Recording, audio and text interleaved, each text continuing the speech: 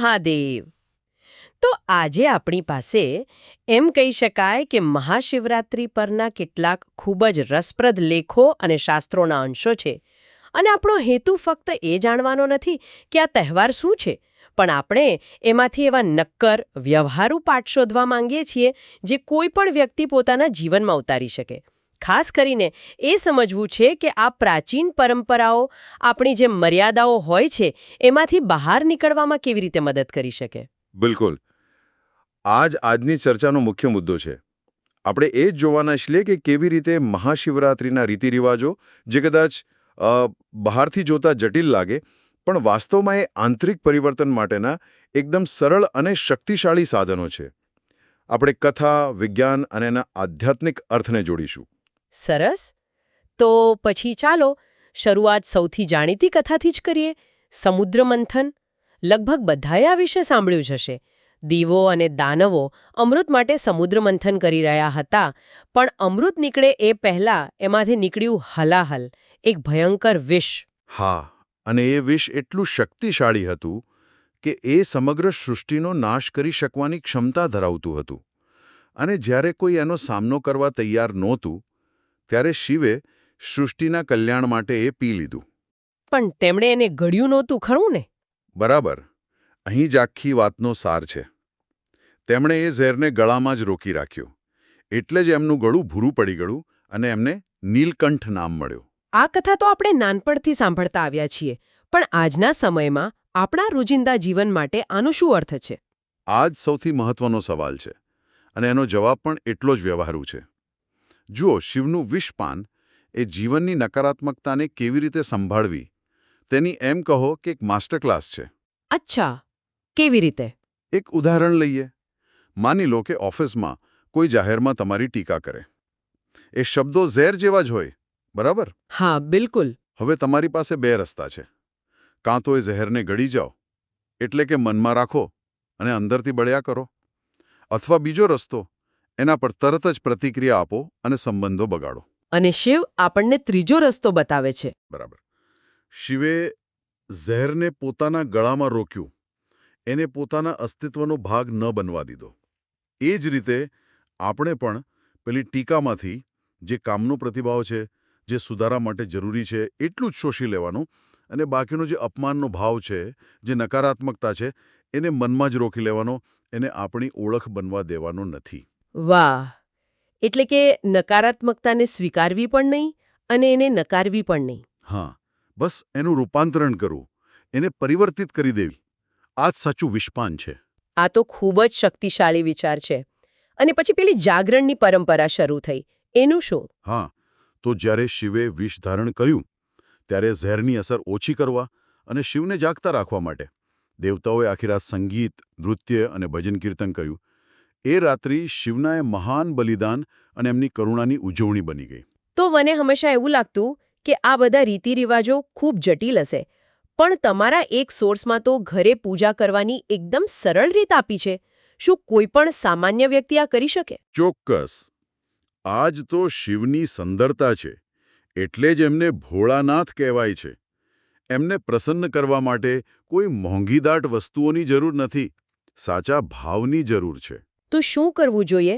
વિધિ ખૂબ સરળ છે. સવારે સ્નાન કરીને વ્રત અને પૂજાનો સંકલ્પ લો. આખો દિવસ ઓમ નમઃ શિવાય મંત્રનો જાપ કરો. શક્ય હોય તો ઉપવાસ અથવા ફળાહાર. અને શિવલિંગ પર પાણી, દૂધ અને બિલીપત્ર જેવી સાધારણ વસ્તુઓ ચઢાવો. આ દરેક ક્રિયા પાછળ પણ કોઈ મનોવૈજ્ઞાનિક કારણ તો હશે જ. હા, બિલકુલ. દરેક ક્રિયા એક સાધન છે, એક ટૂલ છે. જેમ કે સંકલ્પ લેવો. સંકલ્પ લેવો એટલે શું? એ તમારા મનને એક લક્ષ્ય પર કેન્દ્રિત કરવાની પ્રતિજ્ઞા છે. એ તમારી ઈચ્છાશક્તિને મજબૂત કરે છે. અને ઉપવાસ? ઉપવાસ માત્ર ભોજનનો ત્યાગ નથી. મને યાદ છે, હું નાનો હતો ત્યારે મને ઉપવાસ બહુ અઘરો લાગતો, પણ પછી સમજાયું કે એનો હેતુ શરીરને કષ્ટ આપવાનો નથી. તો શું છે? એનો હેતુ આપણી ઇન્દ્રિયો પર નિયંત્રણ મેળવવાનો છે. આપણી ખાવાની ઈચ્છા એ સૌથી મૂળભૂત ઈચ્છાઓમાંની એક છે. જો આપણે એને નિયંત્રિત કરી શકીએ તો જીવનની બીજી ઘણી મર્યાદાઓ તોડવાની શક્તિ મળે છે. બરાબર. અને મંત્ર જાપ એ કેવી રીતે મદદ કરે છે? ઓમ નમઃ શિવાય જેવા મંત્રો એ આપણા મનમાં જે સતત ઘોંઘાટ ચાલતો હોય છે એને શાંત કરે છે. આપણું મન ક્યાં તો ભૂતકાળની ચિંતામાં હોય, ક્યાં તો ભવિષ્યના ભયમાં. સાચી વાત છે. મંત્ર જાપ એ મનને વર્તમાન ક્ષણમાં પાછું લાવવા માટેનું એક લંગર છે, એક એન્કર છે. એ મનની અશાંતિ ઘટાડે છે. અને પેલી પૂજાની વસ્તુઓ જેમ કે બિલીપત્ર?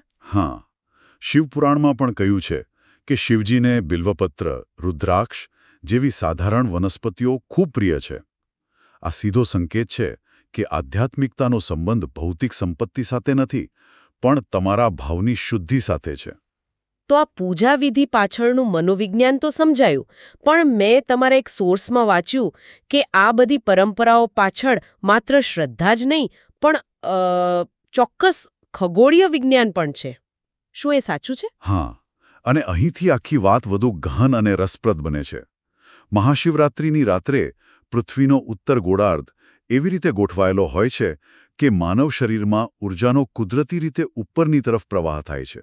એક મિનિટ, આ થોડું સમજાવો. ઊર્જાનો ઉપરની તરફ પ્રવાહ આ કેવી રીતે કામ કરે? ચોક્કસ. યોગિત પરંપરા મુજબ આ દિવસે ગ્રહોનું આકર્ષણ બળ, ખાસ કરીને પૃથ્વી અને ચંદ્રનું, એવી સંતુલિત સ્થિતિમાં હોય છે જે શરીરની ઊર્જાને નીચે ખેંચવાને બદલે ઉપરની તરફ વહેવામાં મદદ કરે છે. ઓહ, એટલે આ ગુરુત્વાકર્ષણ જેવી કોઈ વાત છે? હા, એના સૂક્ષ્મ પ્રભાવ જેવું જ સમજો. અને એટલા માટે જ આખી રાત જાગરણ કરવાનું અને ખાસ કરીને કરોડરજ્જુને સીધી રાખીને બેસવાનું મહત્વ છે. અચ્છા. જ્યારે કરોડરજ્જુ સીધી હોય ત્યારે આ કુદરતી ઊર્જાના પ્રવાહનો પૂરેપૂરો લાભ લઈ શકાય છે. સૂઈ જવાથી આ પ્રક્રિયા અવરોધાય છે. તો આ જાગરણ માત્ર ઊંઘ ટાળવા માટે નથી? બિલકુલ નહીં. એ કુદરત જે મદદ કરી રહી છે તેનો લાભ લેવાની એક વૈજ્ઞાનિક પ્રક્રિયા છે. અને તમે જે અંધારી રાતની વાત કરી એનો મન પર શું પ્રભાવ પડે છે? કારણ કે આ ચંદ્રમાસની સૌથી અંધારી રાત હોય છે. ખૂબ સારો પ્રશ્ન છે. ખગોળશાસ્ત્રની દૃષ્ટિએ આ અમાસની રાત છે. ચંદ્રનો પ્રકાશ બિલકુલ નથી હોતો. હવે જ્યારે ચંદ્રપ્રકાશ જેવી બાહ્ય સંવેદનાઓ ઓછી થાય ત્યારે આપણું મગજ ઓછું ઉત્તેજિત થાય છે. એટલે કે બહારના ડિસ્ટ્રેક્શન્સ ઓછા થઈ જાય. બરાબર.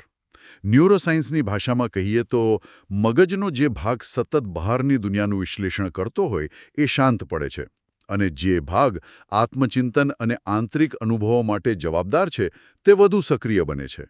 જેને હાઇટન્ડ અવેરનેસ કહી શકાય. એ જ ઉચ્ચ જાગૃતિની અવસ્થા, જ્યાં ધ્યાન અને આંતરખોજ વધુ ઊંડા બને છે. આ તો ખરેખર અદ્ભુત છે. યોગ, ખગોળ અને ન્યુરોસાયન્સ બધું એક જ જગ્યાએ આવીને મળે છે. આયુર્વેદ પણ આ વિશે કંઈ કહે છે? હા, આયુર્વેદ આ ચિત્રને પૂર્ણ કરે છે. સોર્સ મુજબ આ સમયે શરીરમાં વાત તત્વ સક્રિય હોય છે. વાત તત્વ એટલે? વાત એટલે શરીરમાં ગતિ, સંચાર અને ચેતાતંત્રને નિયંત્રિત કરતું તત્વ. જ્યારે તે અસંતુલિત થાય ત્યારે મન ચંચળ, અસ્થિર બને છે અને ચિંતા વધે છે. મહાશિવરાત્રિના ઉપવાસ, જાગરણ અને ધ્યાન આ વાત તત્વને સંતુલિત કરે છે. જેનાથી મન શાંત અને સ્થિર બને. બરાબર. એટલે તમે જોઈ શકો છો કે આ બધું કેવી રીતે એકબીજા સાથે જોડાયેલું છે. ખરેખર. આ બધું જાણ્યા પછી હવે શિવના મૂળભૂત અર્થ પર આવીએ. એક સોલ્સમાં શિવનો શાબ્દિક અર્થ સમજાવ્યો છે, તે જે નથી, ધેટ વિચ ઇઝ નોટ. આ સાંભળવામાં થોડું ગૂઢ લાગે છે. શરૂઆતમાં તે ગૂંચવણભર્યું લાગી શકે છે, પણ એ ખૂબ સરળ છે. ચાલો આને આમ સમજીએ. આ રૂમમાં જે કાંઈ પણ છે, ખુરશી, ટેબલ, આપણે બધા, એ સૃષ્ટિ છે. એ બધું કંઈક છે. બરાબર. પણ આ બધી વસ્તુઓને જે તત્વ સમાવી રહ્યું છે, જે એમને અસ્તિત્વમાં રહેવાની જગ્યા આપે છે, એ શું છે? ખાલી જગ્યા, અવકાશ. બસ, એ અવકાશ વગર કશું જ ટકી ન શકે. આ સર્વવ્યાપી અસીમ ખાલીપણું જ શિવતત્વ છે. જે છે તે સૃષ્ટિ છે, જે નથી તે શિવ છે. એટલે કે શિવ એ કોઈ વ્યક્તિ કે આકાર નથી, પણ એ અનંત શૂન્યતા છે જેમાંથી બધું જ જન્મે છે. બિલકુલ. આધુનિક વિજ્ઞાન પણ એ જ કહે છે. બ્રહ્માંડમાં 99%થી પણ વધુ તો ખાલી જગ્યા જ છે, સ્પેસ છે. બધું શૂન્યમાંથી આવે છે અને શૂન્યમાં પાછું જાય છે. આ ખાલીપણું જ મૂળભૂત તત્વ છે. ઓહ! એટલે જ મહાશિવરાત્રિ એ અંધકારની ઉજવણી નથી, પણ એ અનંત સંભાવનાઓની ઉજવણી છે, જે આ ખાલીપણામાં, આ શૂન્યતામાં રહેલી છે. આ રાત્રિ આપણને આપણી મર્યાદિત ઓળખ, એટલે કે આપણો અહંકાર, આપણા ભય, આપણી ચિંતાઓ, આ બધાને ઓગાળીને એ અનંત તત્વનો અનુભવ કરવાની એક મોટી તક આપે છે. એટલે જ કદાચ પેલી પ્રાચીન પ્રાર્થના કહેતી હતી, હે પ્રભુ, મારો નાશ કરો, જેથી હું તમારા જેવો બની શકું. અહીં ભૌતિક નાશની વાત નથી. ના, બિલકુલ નહીં. અહીં પોતાની નાની નાની મર્યાદાઓ, પોતાની હુંપણાની જે સંકુચિત ભાવના છે, એનો નાશ કરવાની વાત છે. જ્યારે આપણી આ મર્યાદિત ઓળખ ઓગળે છે, ત્યારે જ આપણે આપણી અનંત સંભાવનાનો અનુભવ કરી શકીએ છીએ. એક સોર્સમાં બહુ સુંદર રીતે કહ્યું છે, જીવ અને શિવનો યોગ સાધતી મહારાત્રિ એટલે મહાશિવરાત્રિ. હા, આ એ જ રાત્રિ છે. વ્યક્તિગત ચેતનાને બ્રહ્માંડની ચેતના સાથે જોડવાની રાત્રિ. આપણી મર્યાદાઓનું વિસર્જન કરી અનંતની અનુભૂતિ કરવાનો આ એક મોટો અવસર છે. તો આખી ચર્ચાને અંતે આપણે એમ કહી શકીએ કે મહાશિવરાત્રિ માત્ર એક ધાર્મિક તહેવાર નથી. શિવના વિષપાનની કથા આપણને શીખવે છે કે જીવનની નકારાત્મકતાને કેવી રીતે સંભાળવી. હા, અને તેનું રૂપાંતર કરવું. પછી ઉપવાસ અને મંત્રજાપ જેવી સરળ વિધિઓ આપણી ઈચ્છાશક્તિને મજબૂત કરવા અને મનને શાંત કરવાના મનોવૈજ્ઞાનિક સાધનો છે. અને રાત્રિ જાગરણ એ માત્ર એક પરંપરા નથી, પણ ખગોળીય રીતે મળતી કુદરતી ઊર્જાનો લાભ લેવાનો એક વૈજ્ઞાનિક મોકો છે. આ બધું ભેગું મળીને આપણને આપણી શારીરિક, માનસિક અને ભાવનાત્મક મર્યાદાઓમાંથી બહાર નીકળવામાં મદદ કરે છે. બરાબર. આ બધું સાંભળ્યા પછી શ્રોતાઓ માટે કોઈ અંતિમ વિચાર છે જે તેઓ પોતાની સાથે લઈ જઈ શકે? હા, એક વિચાર છે. શિવના બે સ્વરૂપોની વાત થાય છે. એક તરફ તેઓ સંહારક, રુદ્ર છે, અને બીજી તરફ તેઓ પરમ કૃપાળુ, ભોળાનાથ છે. હા, આ દ્વૈત ભાવ. તો આપણે આ દ્વૈત ભાવને આપણા પોતાના જીવનમાં કેવી રીતે લાગુ કરી શકીએ? આપણે આપણી અંદર રહેલી કઈ નકારાત્મક આદતો, કયા ડર અને કઈ મર્યાદાઓનો સંહાર કરી શકીએ, જેથી આપણી અંદર રહેલી કરુણા, પ્રેમ અને સૃજનાત્મકતા જેવી ભોળાનાથની શક્તિઓ આપોઆપ પ્રગટ થઈ શકે? આ પ્રશ્ન પર વિચાર કરવા જેવો છે.